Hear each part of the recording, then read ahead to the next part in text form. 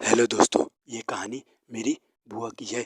मेरी बुआ बताती है कि जब मैं अपनी बेटी के साथ मायके जा रही थी, उनका घर बस स्टैंड से काफ़ी दूर होने के कारण जब दोनों बस स्टैंड पर पहुँचे तब तक काफ़ी रात हो चुकी थी। अब गांव का वो बस स्टैंड भी खाली था। बुआ अपनी बेटी के साथ अपनी बस के आने का वेट ही कर रही थी कि तभी एक औरत उनके पास आई और पूछा, तुम्हें कहाँ जाना है? तो बुआ इस पर जवाब देते हुए कहा, इटावा। इटावा का नाम सुनने के बाद वो औरत बोली, अरे इटावा जाने वाली बस रात के 12 बजे आएगी और 12 बजने में अभी ढेर सारा वक्त बाकी है। मेरा घर यहीं पर है, जब तक बस नहीं आती तब तक आप मेरे घर चलो। बुआ को उस औरत की बात थोड़ी अजीब लगी, क्योंकि एक अनजान दूसरे अनजान को अपने घर जाने को कह रही है। फिर पता नहीं बुआ को उस वक्त क्या हुआ, वो उस अनजान औरत के साथ उनके घर चलने को तैयार हो गई।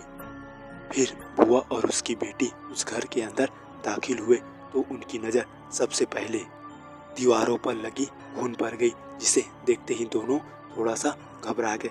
फिर उस औरत ने बुआ और उसकी बेटी को बैठने को बोला तो बुआ की बेटी की नज़र सोफे के नीचे पड़ी इंसानी हड्डी पर गई। उस इंसानी हड्डी को देखते ही वो डर से कपकपाने लगी। बेटी को कपकपाते हुए देख बुआ ने पूछा, क्या हुआ बेटी, तू ऐसे क्यों कपकपा रही है?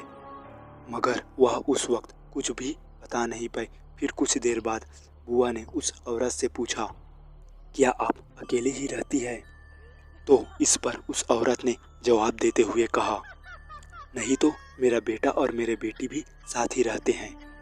फिर जब बुआ ने कहा, कहाँ पर है वो दोनों, कहीं दिखाई तो नहीं दे रहे हैं?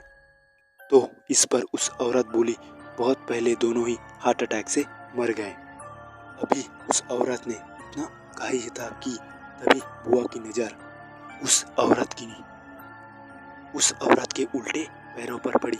बुआ उस औरत के उल्टे पैरों को देखकर इतना ज़्यादा डर गई कि वो उसी वक्त बेहोश हो गई। फिर जब उन्हें होश आया तो वो और उसकी बेटी दोनों ही अस्पताल में थे। जब बुआ ने डॉक्टर से पूछा कि वो यहाँ पर कैसे आई, तो डॉक्टर ने जवाब देते हुए कहा कि एक गांव की एक लड़की ने उन्हें बस स्टैंड के पीछे वाले घर से यहाँ अस्पताल तक पहुँचाया था।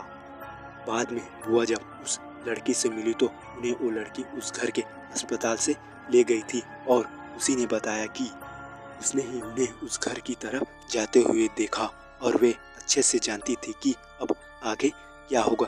लिहाजा वो ठीक वक्त पर पहुंच गई और वहां से उन्हें निकाल लिया। वो औरत आज भी अपने घर पर ही रहती है, जबकि उन तीनों की मृत्यु एक साथ हो गई थी। ये कहानी यहीं तक। मिलते हैं नेक्स्ट वीडियो के साथ, तब तक के लिए बाय एंड टेक केयर।